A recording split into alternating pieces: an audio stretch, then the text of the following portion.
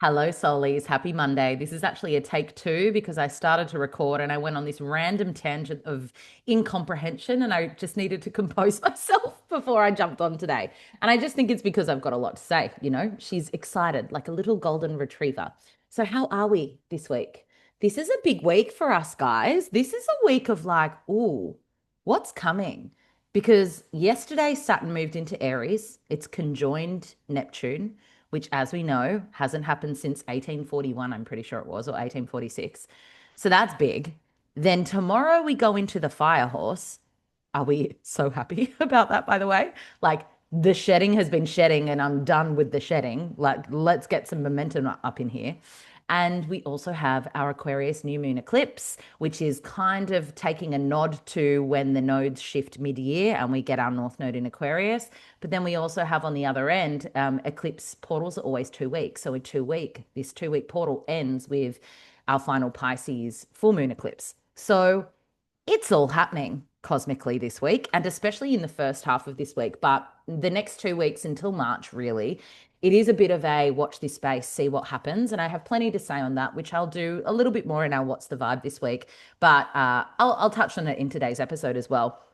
Today's episode and the idea for today's episode is off the back of an experience I had with a client this week. And so I will get into that. But before I do, I just wanted to thank those of you. Oh, if you're watching the YouTube, yes, I'm in a dressing gown, an Australian way of saying a robe. I am in a robe. It's my beautiful green bloom one. If you guys want a discount code, let me know.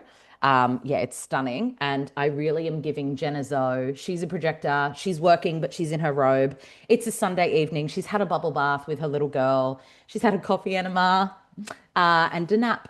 So here I am. I really projected hard today. I wanted to thank you guys for checking in on me off the back of last week's episode where I was definitely not okay. I am so okay now. I've picked up the pieces. It takes me quicker these days to really bounce back. It's because I definitely know the foundational practices that bring me into my body and into alignment. And this week has very much been dedicated to those practices as best I can, like those foundations for getting back into my body. There's been lots of saunas, there's been walking, there's been getting outside, my morning sun every morning, my cacao practice, all of these things have definitely accumulated to me. Oh, journaling, absolutely. Air moon. If you are a Libra moon, an Aquarius moon, and Gemini moon, and you're not journaling, I don't know what to tell you. It must be noisy up there. But that's all shifted the needle for me really drastically. And what I've actually found is now my inner world, and remember how I said we're kind of as energetic beings at the moment, there's so much going on collectively that if we're energetically porous, we've got to move, like wring ourselves out like a sponge. I kind of did the ringing out this week and I've felt different and better for it. So lots of grounding practices. I still had 5 readings this week and a cacao ceremony. Some of them were in person. I was helping out at a retreat, or was working, not helping, I was working at a retreat this week.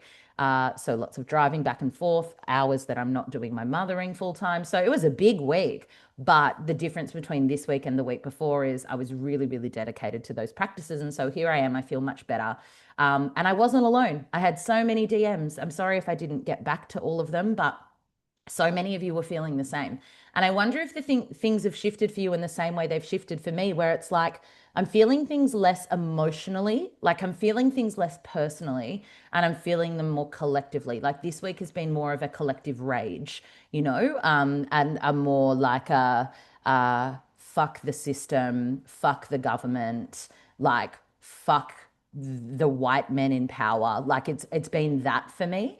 And I wonder if, I mean, it's hard to avoid being in that energy if you're spending any time scrolling, which obviously is what we tend to do. And I have some thoughts around all of that. It's very Aquarian North Node. Like, can we get more Aquarian than feeling fuck the system? And especially as tomorrow we move into this eclipse in Aquarius season, it's nodding to what's coming. And it's like I'm getting these energies of like a hurricane, or like everything's got to get messy and mixed up before we clean up and pick up the pieces. We're kind of in the eye of the storm at the moment. I don't think that's going away anywhere anytime soon, but I'll talk more about the vibe check and all of that on Wednesdays. What's the vibe? Just wanted to say I am feeling a lot better despite feeling all of this collective. I think it's hard to avoid feeling the collective rage right now. But despite that, I'm in my body, and despite that, I feel good in myself and in my life, which means I actually can create more impact. So we'll talk about that separately. But this week, as I said, it's been a beautiful work week. I facilitated a cacao ceremony at a beautiful retreat up here, a retreat space I'd never been to before. My God, it was beautiful. Forget the name of it, but it was in Nashua. If you're ever up in the Byron Bay hinterland, that was where, if you were on my Instagram, I found that roadside stall with those beautiful wild grown dahlias, $10 a bunch. I was like, are you kidding? This is why we carry cash up here, by the way, guys. If you're ever visiting the Northern Rivers, carry cash because the roadside stalls, say that three times really fast, divine. So yeah, I got decked out in these dahlias on my way. Deck the halls with boughs of dahlias. On my way back from facilitating cacao at a retreat with these beautiful women. And then actually, it's the woman who's retreated is her name is Rach White. Rachel White. She is a tantric and somatic sexual coach. And I butchered the name and the title, but she does beautiful work. She lives up here. But fun fact for us is we went to primary school together. Like we were little 5-year-olds. It's starting kindy together out in Harbord Public School back when freshwater on the Northern Beaches was called Harbord. That's where we went to school together. So we've had a journey through life together. So it was so beautiful to see her facilitating this retreat, to be able to come in and facilitate for these women. And that was on Wednesday evening. And then on Friday, I had my normal Friday morning reading. And then I went out back to the retreat space and had a couple of one-on-one sessions with guests who opted in to having either a psychic or astrology. I did both. And I got to say, I love that this is where retreats are going. People are having the ceremony, but they're also opting in to book one-on-one time with an astrologer or a psychic. My friend Jules, who's also my astrology mentor, she's taught me everything I know. She was up a few months ago and was booked to do astrology readings at a retreat at Soma in Byron. And I just love that more facilitators are seeing the value in getting people in to help their guests get to know themselves more. So I gave an astrology reading and the woman left in tears about how seen she felt. I gave a psychic reading and we were giggling and having the best time because it validated so much that the other woman wanted to hear. And so on Friday, I ended the day feeling like, whoa, that was big when it comes to readings, because as you guys know, I usually only do 2 a week, but it felt deeply fulfilling. And then Saturday came around. Oh, guys, wow, this is the inspo for today's episode around psychic etiquette, because I had hands down the most uncomfortable, challenging reading of my almost 10-year psychic career. And oh, I never want to relive an experience like that again. And it might sound like I'm being dramatic, but the only way that I can explain it is it's as if, when you worked in retail and you knew you were going to get a secret shopper in. Like, I don't know if you guys ever worked in retail, but I did for like 7 years.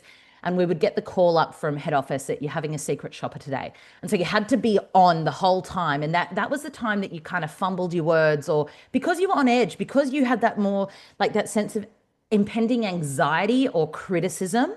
For me, especially as a Libra moon, is like, oh God, oh God, oh God, I don't want to fuck up. I don't want to fuck up. And so then you fuck up, right? So anyway, that was kind of like the experience I had with the person that I read for on Saturday, where I felt straight off the bat that I was being tested. And obviously they weren't a secret shopper because, guys, it's just me. I didn't hire someone to test me. But I felt, even as I was calling in my guides, I felt a little knot in my stomach.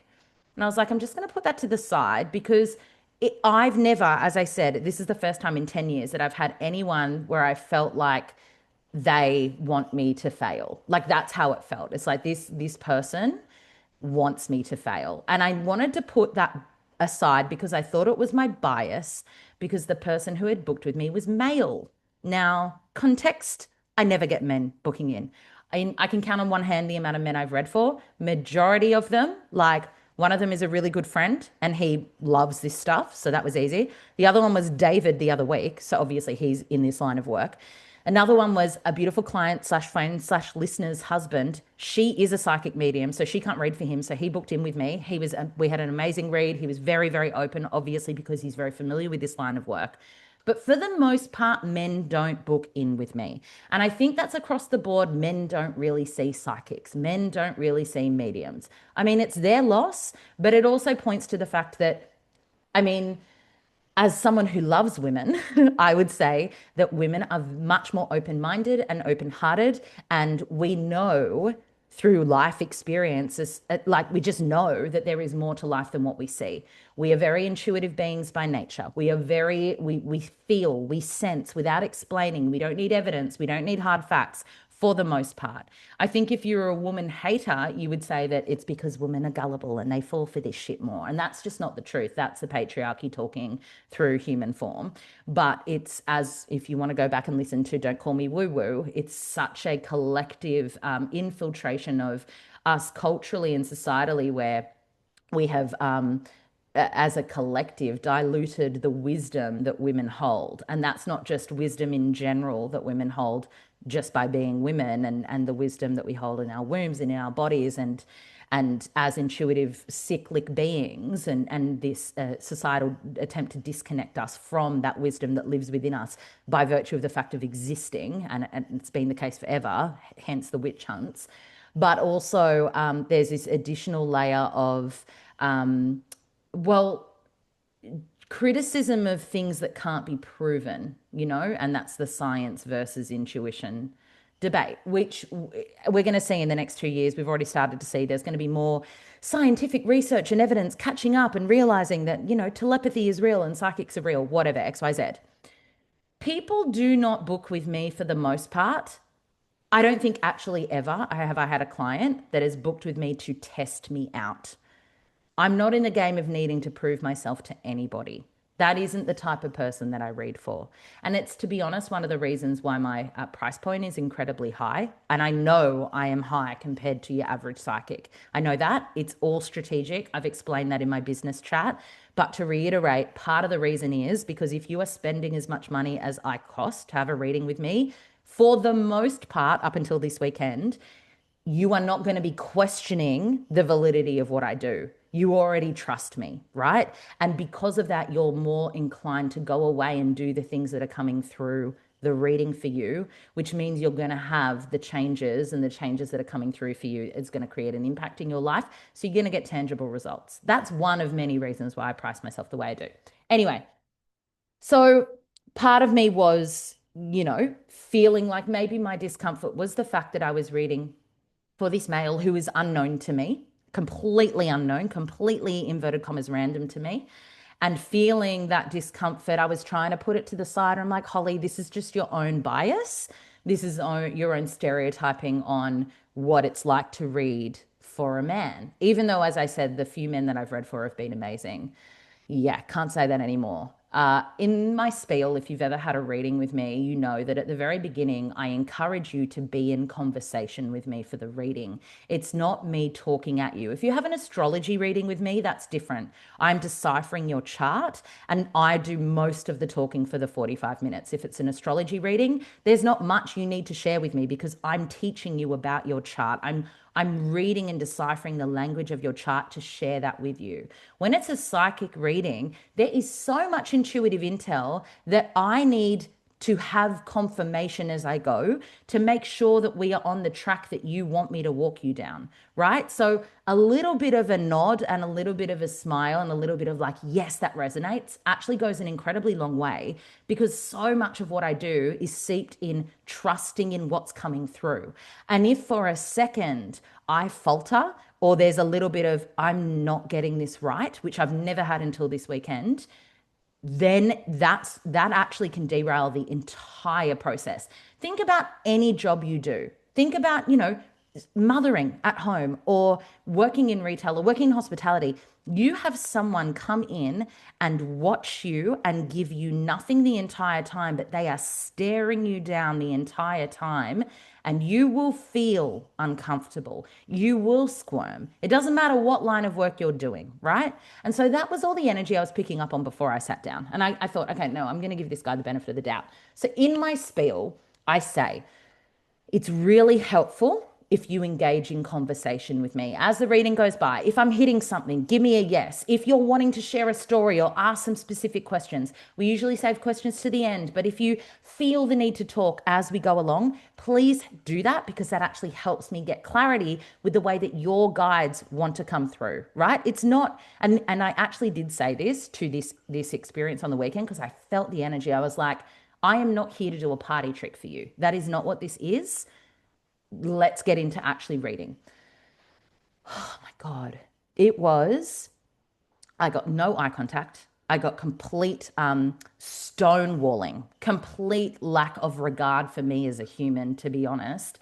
Complete dismissal of anything that I was saying. And there was way more criticism if he did share, which was very, very minor. But if he did share, there was more criticism than there was encouragement or like, yep, that resonates. Like there were things where he was like, nah, no, no. I know in hindsight now that actually what things that I was saying was likely hitting.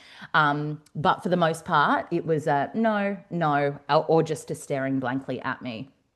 And it wasn't until the very end when I said, do you have any questions? And obviously, for me, it was a reading where I can still trust my channel. This is my job. I know I'm really good at it. And, I have nothing to prove to someone who's booked in with me. Like, this is the wisdom that's coming through.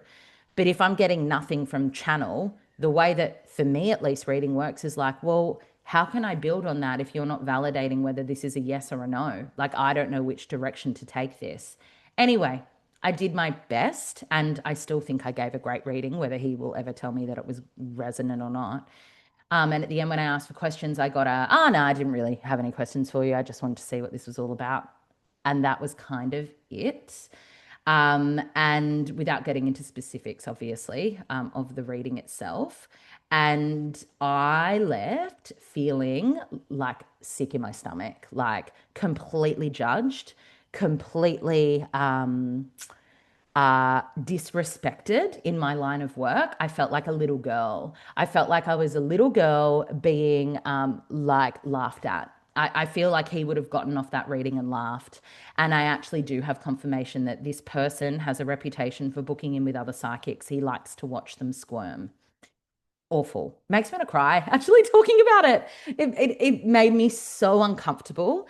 And I was talking it out with Trenny afterwards because I just felt all of this rage around my job being, so you can hear me getting emotional actually. It's obviously still there. I haven't spoken this out with anyone except Trent, where I'm like, I am not a dancing monkey. I am not here to prove anything to anyone. In fact, it was a waste of his money and my time. If I knew that reading was going to go the way it was going to go on booking, I would have refunded and said, I do not read for your, for discomfort or through discomfort. Like it was a really uncomfortable experience for me.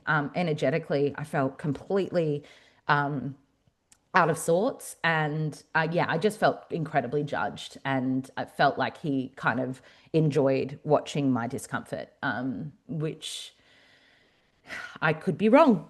I could be wrong, but I trust my intuition and what I feel. And I did not feel good after that session. And so I spoke it out with Trenny. And what I was saying is, I think on the next time that I actually have an experience where I jump on and I feel straight away, nah, something's off, I'm going to flag it. And that's kind of, the beauty of hindsight is I next time will stop and say, hey, look, you're feeling quite guarded and I'm actually unable to connect in with the guidance that wants to come through because there's a closedness to you. And I'll talk about this in a second. If you're not open for a psychic, guess what? They're not going to be able to access your energy and your guides as easily as someone who comes in and 9 out of 10 times, 99 out of 100 times, anyone I've read for, they are open and they're excited and they're willing and they're all in, and it makes my job so easy. But if someone comes in and they've got a guardedness, I'm going to give her nothing. What the fuck is the point? And so next time I am going to say, look, I'm just going to refund you your money and we can just end the reading here because I'm not interested. I am not here to be a dancing money monkey. I am not here to prove to anyone the validity of what I do. And it really got me angry. And so what I wanted to talk about, there actually has been a lot of like collective anger and also just anger around my line of work and men, because you know what? I don't think a woman would ever do that to me. I don't think a woman would ever go, I'm going to spend a heap of money and get a reading, but I'm going to give her absolutely nothing. I'm going to say no to anything that's coming through, and I'm going to just sit back and watch her squirm. I don't think a woman has that in them. I actually don't. And I hate to make this a man and woman thing, and obviously not all men, but it just left such a bad taste in my mouth. And so, what I wanted to talk about is psychic etiquette because there is etiquette like, and I can't believe I have to have this conversation, and maybe I don't have to have it, but I'm having it for my own sake so that I know that I've spoken it out in some way. But just like, when you go to a restaurant and there are people who are really rude to waiters, and it's like, that was so unnecessary. Same goes for this line of work. My work is just as credible as someone else's office job, and I don't get treated like that all the time. And this is what left a bad taste in my mouth this weekend is like you're not going. I don't think this man is going into anyone else's job and standing there and like judging them and watching them and staring them down and enjoying to see them squirm. Like it's I feel like I was in a vulnerable position, and it was a total. It felt like a piss take on his end, to be honest. Like, anyway, you can see I'm still fired up about it. It just makes me angry. This is why, as intuitive beings, we get so afraid to own our intuition because there are people like this out there that just want to see us uncomfortable. Like, it's just so inappropriate. So when you see a psychic, the best thing you can do is be open hearted to the experience. Come in open. Now, that doesn't mean you come in and give all of the information to the psychic. No, that's not the point. But it does mean you, as the person being read, hold a level of responsibility for your experience, right? It's not all on the person who's reading for you. If you're coming in closed off to the experience, guess what? Your guides are hard to access. Your energy is difficult to read. And as the person reading you, all we feel is, oh, fuck, this person is so closed. Why? Why are they judging me? Why are they thinking that I need to prove myself to them? Like, it's not a good, you are not going to get a good reading coming into a reading from that way, that closed. The other way, that the other energy that actually interferes in psychic or mediumship reading is when you are deep in grief. And this isn't an intentional thing, but just so you guys know, when you are really, really, really deep in grief, grief can actually counteract the guides that want to come through, because grief is such a heavy emotion. So, like, ideally, when you book in with a medium, it's best to do, like, once you've processed a little bit of grief after the loved one has passed away. That might even be 2 weeks after, but like, doing your process to move the grief through so that it's kind of like grief creates this almost like for a medium, at least in my experience, it's like this gray mist around what, like, it fogs up the intel, right? It's such a dense emotional energy. Of course it is, and rightfully so. So it wants to be processed a little bit before you see a medium. But the other thing that interferes with the wisdom is if you come in closed, or if you think, I'm just going to test them. Instantly, you are setting that reading up for failure. Not just for you, but for the person who is actually giving their time. Yes, they're getting paid for it, but that's it. Sorry, I know I'm going on a ranty tangent, but I just feel really ranty about this. I have a 2 month booked out. I'm booked out for 2 months, right?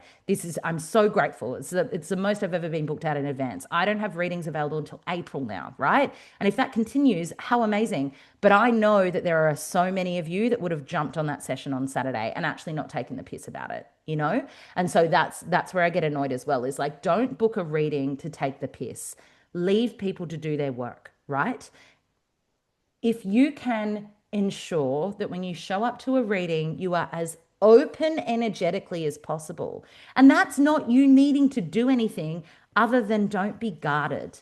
Don't come in suspicious, because that is societal conditioning around this work we do moving through you. It's not truth. There's not validity to that experience. Like have a look at where your what's the word that I'm trying to find? Like skepticism or your judgment or criticism of this being a legitimate line of work actually shows up in a reading that you have with someone where they need to prove themselves to you. No one has to prove anything to you. If you've booked in, it's because there's a level of trust you've established with the person reading for you. Let that be enough to open you up to the experience. I guarantee the more open you are to the experience, the more accurate the reading is going to be. That's the first thing. That is so important when it comes to psychic etiquette. Do not be closed. Do not book the reading from a closed place because you will not get what you're seeking. And it's just going to be uncomfortable for both of you. And it doesn't make the person reading you, also, if you come in closed, a bad psychic. No, it means you've had a bad experience because you came in with a certain intent and was probably to have a bad experience so you could laugh at the psychic behind their back. You know what I mean? You can see that this is hitting a personal knot for me. Now, the other thing is don't expect a psychic to be 100% accurate.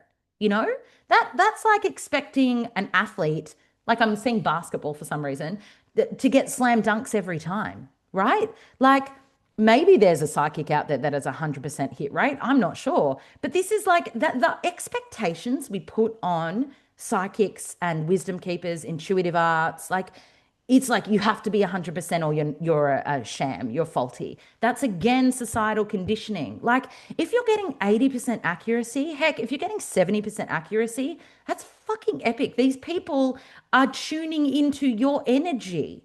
Like, can we just take a moment for how spectacular that is and actually give that credit where it's due? Expecting 100% accuracy is a little bit, I'm going to say there's a level of arrogance to that. Because do we expect someone in any other line of work to be a 100 out of 100 employee every second of every day, right? So I reckon if you're getting 70 to 80% accuracy, you're cheering. This is great. I actually screenshotted the definition of psychic, right? Because I just wanted to get into the nitty gritty of this. And what I found were a few things. Firstly, when it comes to the origin, it's a Greek origin from, and excuse me if I butcher the pronunciation, Psychikos, Psychikos, P-S-U-K-H-I-K-O-S,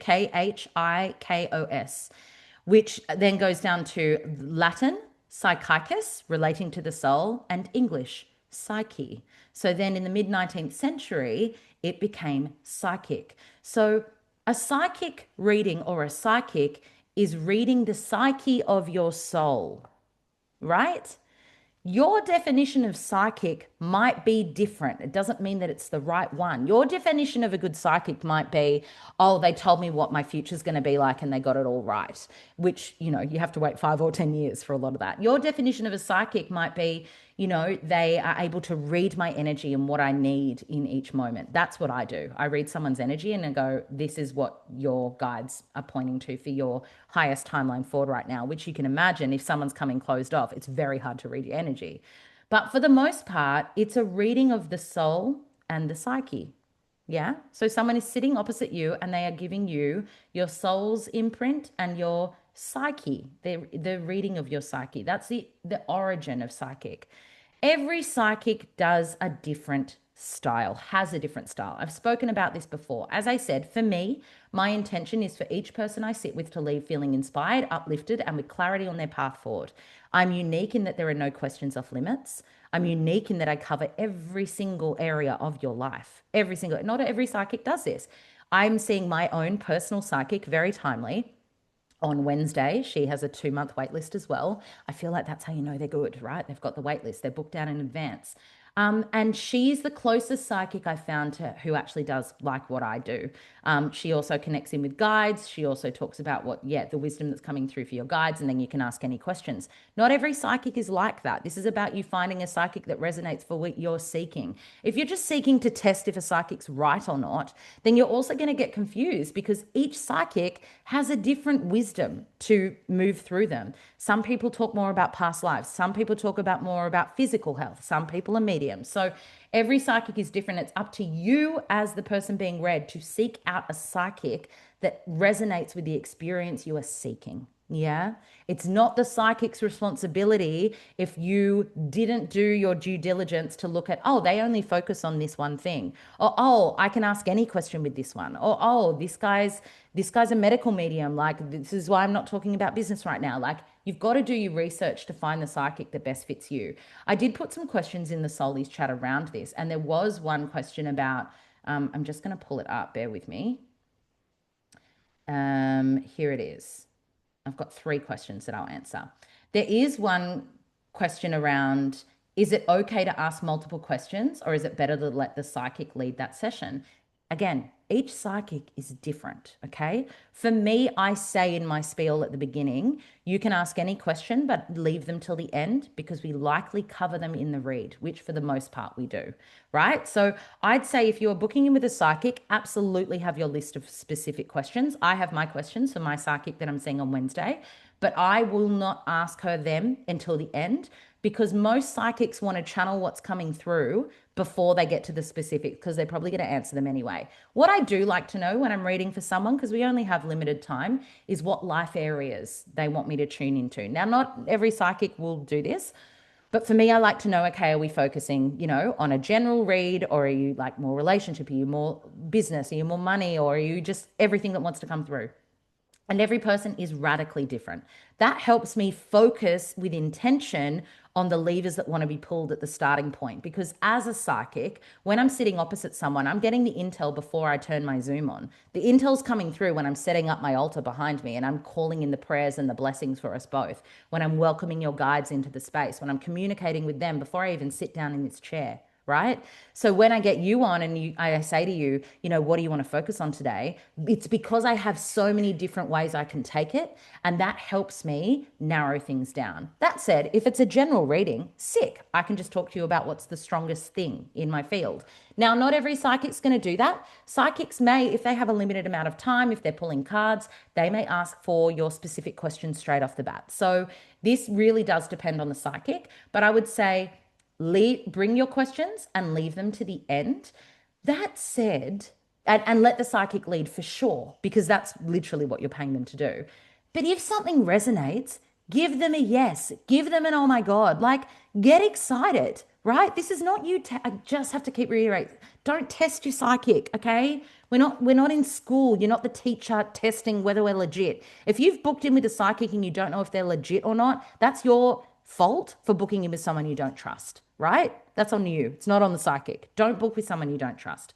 And that brings me to my next question. How do you know you have a good psychic? Word of mouth and trusted referrals. That's how you know. It's not someone you've pedestaled online.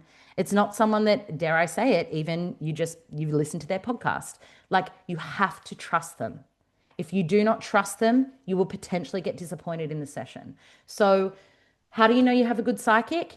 It's come highly regarded by either people in your life that you know personally that you trust, or people that maybe you follow online that you personally trust. But there has to be a level of trust with the person you are being read by.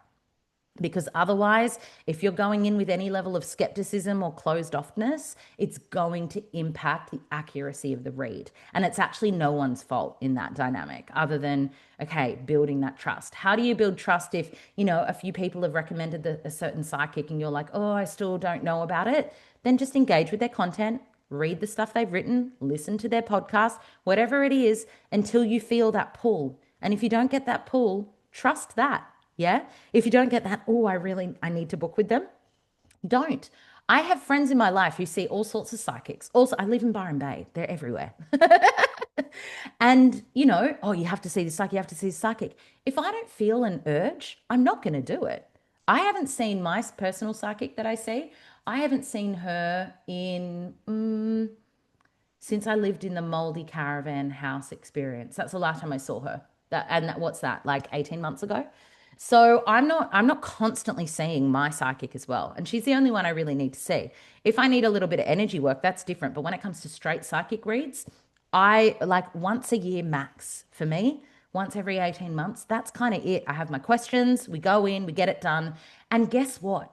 If you come with your questions and you can go yes and offer like, oh yeah, I think what you're picking up on, like this, I even did that in my session with Dave. I was like, oh, actually think what you're picking up on is this. Does that make sense to you? And he's like, yes, like consider it conversational. What you're actually doing is you're getting more bang for your buck because the psychic is able to determine the language that's coming through that's uniquely your experience much quicker. And then they can move on to more things. right? So it's not you going, here's my life story, blah, blah, blah, blah, I'm going to give you everything and then you have nothing to work from. But if they're hitting something, going, yeah, I think what you're actually picking up on is this. I'm trying to think of an example. I always get health stuff in my readings.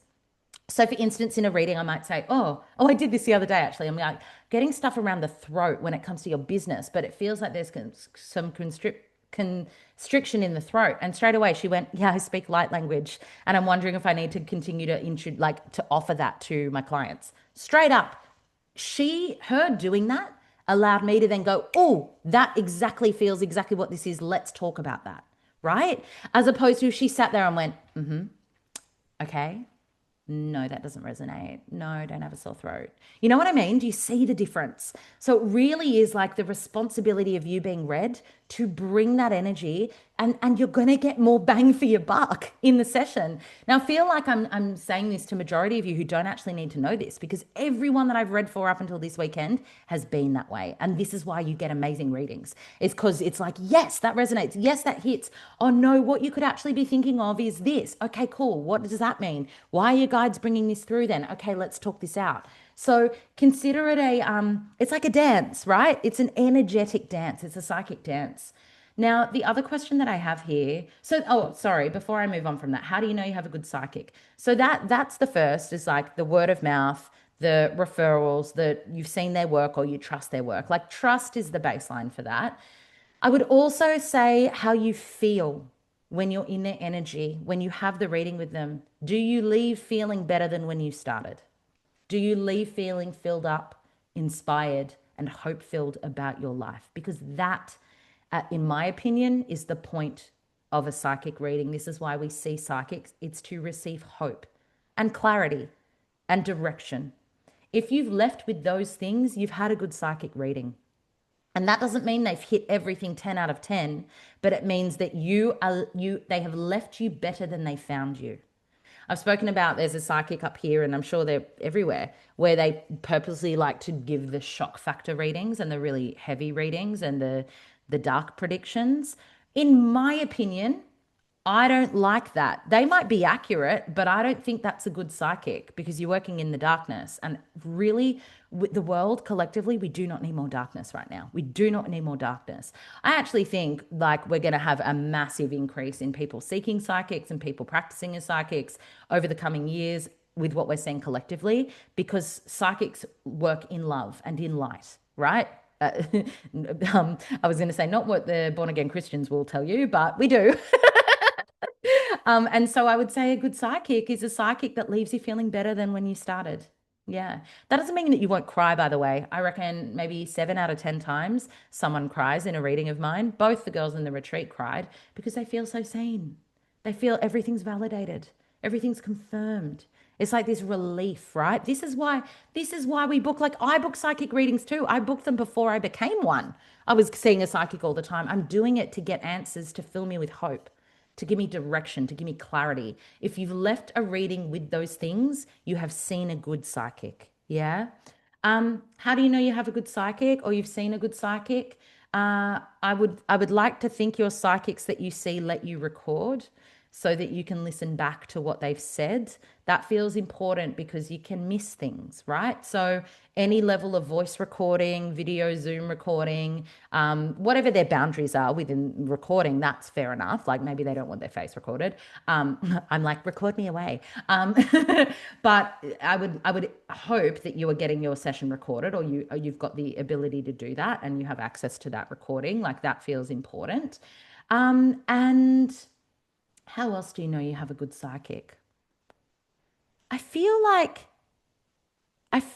just don't go in blind, is what I'm hearing as I say that. Like, don't just book a random that you know nothing about and there's no trust and you're feeling uncomfortable about the experience. It's probably not pointing to the right fit for you. Okay. And not every psychic, even if you don't feel a synergy with a psychic, It doesn't mean that they're not a good psychic. It just means they're not the psychic for you. I know I'm not the psychic for everyone. Like, that's totally fine. Definitely wasn't for old mate on the weekend. But it's finding the right fit for you, finding the kind of energy you want to be in. Like, do you want to be uplifted? Like for me, I always say I want someone to leave my readings feeling inspired, uplifted, and with clarity on their path. Now, I've been received this feedback, and I was only talking about this after I read for Dave, and he said, I've never had a psychic reading like yours, Holly. And then I was talking to my friend Britt, who books with me every year. I've never had a psychic reading like yours, Holly. And I said that to Britt. I'm like, I get thrown, but when people say that. And she's like, Holly, I've said this to you for years and years and years. What sets you apart is you leave people with action steps to take. So the responsibility is back on the person you're reading for to then go and create the change in their life. She's like, I've seen countless psychics and no one's ever done it like that before.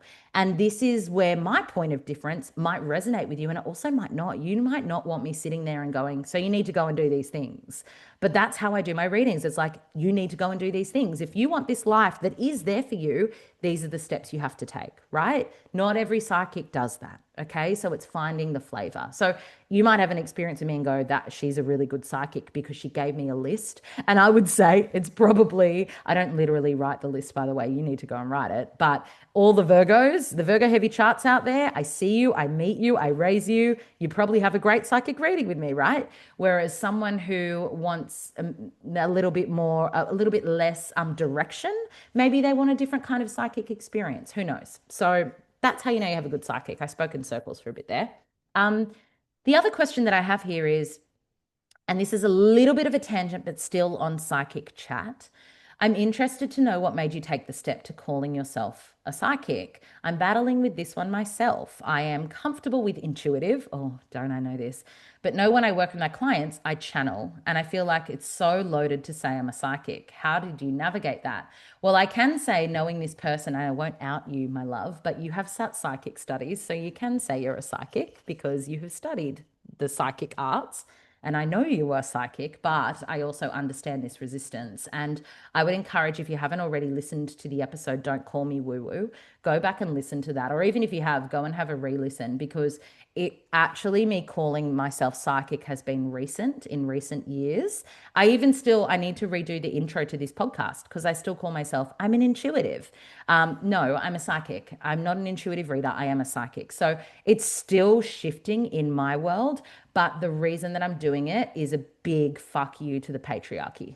That's literally it. It's me going, fuck this. I refuse to dilute my credibility for some societal construct that I have outgrown and I do not agree with. I refuse to hide in the shadows or be made to feel less than or less credible. Exactly the experience I had on the weekend for the work that I do. I do not need to prove that I am a psychic to anyone because I know I am. That's my work, and it's a work that I've done for 8 to 9 years. I have a course called Psychic Studies for F's sake. Like, I'm swearing a lot this episode. We'll put the like explicit content warning on this, but it's because I'm passionate about it. Like, we need more women standing behind title like psychic, especially in this day and age where collectively, and I've been watching a lot of reels and going on a lot of rabbit holes, we are being pushed into a matriarchal society. And this is actually really cool because remember when Dave said in the beginning of my reading a few weeks ago, I'm seeing elephants. There's lots of elephants around you, Holly. Elephants are very strong. And I looked up elephants, and one of their biggest symbolic pieces is they are a matriarchal society. And so this is in the zeitgeist right now. We are shifting, and we have learned as a collective that a patriarchal society is doing far more harm than good. It is disturbing and grotesque and violent and horrific. And we are something that's actually been giving me not comfort at all, that's the wrong word, but that's kept me grounded in everything we've seen unfolding collectively over the last few weeks, cough the Epstein files, cough, is that this isn't news. This isn't new. This has been happening, like, full stop. For as long as we have existed, this has been happening. What's happening is the truth is coming to light. That's powerful. That's a good thing. It doesn't mean any of this is good. It's all horrific. But the worst thing we can do is continue to play into societal constructs that are at the beholden to patriarchal society. And I do think one of the biggest FUs you can do to a patriarchal society is to be a woman in full embodiment of her power. And a woman in full embodiment of her power is a woman who is intuitively led and psychically led. And I tell you what, my loves, if you're a woman listening to this, every single one of you has intuitive gifts just by nature of being who you are. And every single one of you is psychic in some way. And I say it on my homepage for my psychic studies course.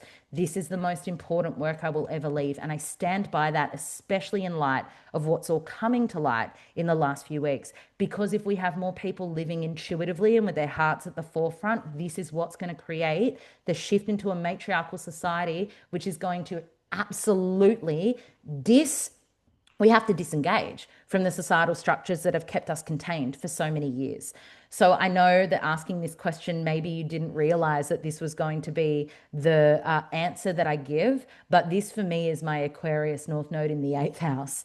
This is me being in the fullest expression of who I'm here to be, who I'm destined to be in this lifetime, which is to be a leader in we need to societally we need to change. Like we cannot keep existing the way that we have, turning a blind eye to the atrocities that are happening, that have been happening all along, that people were called conspiracy theorists 10 years ago. Like none of this is news. It's just all coming to light now, and we get to show up differently. And the way that we do that is even in the micro moments in our lives where we choose to unapologetically own the parts of ourselves that the patriarchy and religion don't want us to own. And for me, that's being the psychic. For me, that's owning that, yeah, people are going to test me like I had on the weekend and bring it on, because I know myself and I know these gifts and I know they're available to us all, and they do not want us using them or accessing them. And when I say they, I mean the pedos. I am not calling them the elite because they're not elite. They're pedos. And fuck, for lack of a better term, didn't think we go here, but this is it's so much bigger than us. And when we feel defeated or when we feel like, oh my God, what can I do? What you can do in your own micro is, I've said this a few weeks ago, show up for yourselves, your bodies, your physical bodies, your energetic bodies, your families, your homes. And part of that is owning the strength and the wisdom and the power that you hold, which is that you are an intuitive being. And in your intuition lives your power, because you cannot be manipulated when you are living intuitively. You cannot be strayed by anyone in any position of power. You will be able to sense when something doesn't sit right. You will be able to sense when something feels off or when something feels wrong. And then you'll be able to make decisions for yourself and your family that are actually intuitively and heart led. This is why containers like the heart space matter so much to me, guys. This is why I harp on about this all the time, because this isn't just about like a cute little party trick on a Saturday. No, this is about us leading, and especially with a podcast like Soul Talk, like leading with heart, leading with soul, and creating the ripples in our personal micro worlds that ripple out into the communities around us. This is the only way. Is like we got to disengage. We have to completely like opt out, control alt delete. It's so Aquarius North Node of me. Isn't it great? It's so I know I'm not laughing about what's going down. Like, and this is actually like the tangent into, what we're gonna see is what we're seeing now is just the tip of the iceberg. That's the thing. Like we're gonna see, and I don't know. I can't predict what else is coming. But I know my bit, and what I can do is encourage us to live and choose differently, and to show up for ourselves and our bodies and our families and our homes, because that is the actual inverted commas rebellion that is needed, right? It's like opting out of the pedos in power. Opt out. So on that, I there was something else I wanted to say on that tangent, but it's gone. So maybe I'm not meant to talk to it right now. Um, as you can see, yeah, this coming week, there's a lot of shifts. I reckon by mid-year, we're probably actually, do you know what I want to say? In the new moon ceremony, if you guys haven't sat it, the new year ceremony, I should say, at the beginning of the year, I said that celebrity will start to fall and we are going to have far less interest in celebrity. I didn't realize when I predicted that it would be through this framework. So it's very fascinating that that prediction with the Leo South Node coming up is coming through and it will continue. I feel like we're going to probably be shocked by people and their behaviors when it comes to people that we have inverted commas worshipped when it comes to A-listers and celebrity culture. So yeah, just strap yourselves in, guys. I'm strapped in too, but this doesn't mean we live in fear. That's what I wanted to talk about. I watched this reel. I don't actually know if it's truth. I just saw it on a reel and it had a lot of likes. And that makes me think it's fact, which is not good. Not good. But in the reel, the man was talking and I reposted it. So some of you may have seen it. The man was talking about bonobo chimpanzees and how they are a matriarchal society, and that in the entire existence of bonobo chimpanzees, they were female-led and mother-led. And when a matriarchal society is ruled by women, children come first, right? It's children-centered, mother-centered, family-centered. And they're in the history of this study of the bonobo chimpanzees, this scientific study, they never saw any death at the hand of like chimp on chimp, right? Until one of the male chimpanzees abused one of the children in the study circle. And the group of women in charge killed him for attacking a child. That's the difference between a matriarchy and a patriarchy, right? This feels like a big part of the dawn after the dark. And I think for the most part of this year, we're going to see more of the dark before the dawn comes. It feels more collective darkness than micro darkness because we get to choose how we show up in our micros.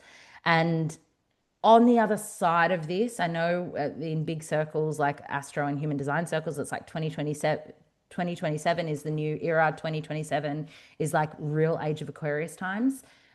It's got to get a bit fucking mucky before we see the sunrise. If we were in ceremony, this is the portal of the West. This is the portal of the sunset. This is the portal of darkness. This is the portal of like, I need courage and strength and to rely on the wisdom that I come from and the wisdom of my ancestors. Like, this is about accessing those parts of ourselves. So it's going to be a little bit messy. And so the best thing that we can do, and I need to remind you all, like, none of this is new behavior. It's just coming to light more. None of this has happened the entire time, right? Through our marriages and birthing our children and starting our businesses and our first days of school. This has always happened, right? The only change is we're seeing it now. And because of that, we can change, we can make changes. So how do we hold ourselves in this big time of upheaval? Well, they want us scared. So we don't choose fear. What is that Martin Luther King quote? Dark doesn't drive out dark, only light does. Hate doesn't drive out hate, only love does. Try to counteract. It's hard not to get stopped in the doom scroll. I get that. So try to counteract those moments with moments of love and light and connection. Connect with your children, put the phone down. Connect with your pets, put the phone down. Connect with your partner, friends, put the phone down. Check in on each other. Community is going to be the way. It's so Aquarian, it's so textbook, it's actually pretty cool, but community is how we rise through this. Join community groups if that's in person, if that's like a local community group like your local theatre, or if that's something like the Heart Space. We're sitting tomorrow night. Come sit with us. We would love to sit with you. Please come and join us. Like, there are communities out there that are like-minded and that are wanting to invite you into a space that is filled with love. How do you choose love at the forefront? How do you see beauty despite the pain? Portal of the North. Even in the darkness of the night, there is beauty to be accessed. I'm talking about the portals because they're the portals of the sacred directions in ceremony. So if you sit ceremony with us tomorrow night, you'll be able to access the wisdom of these portals.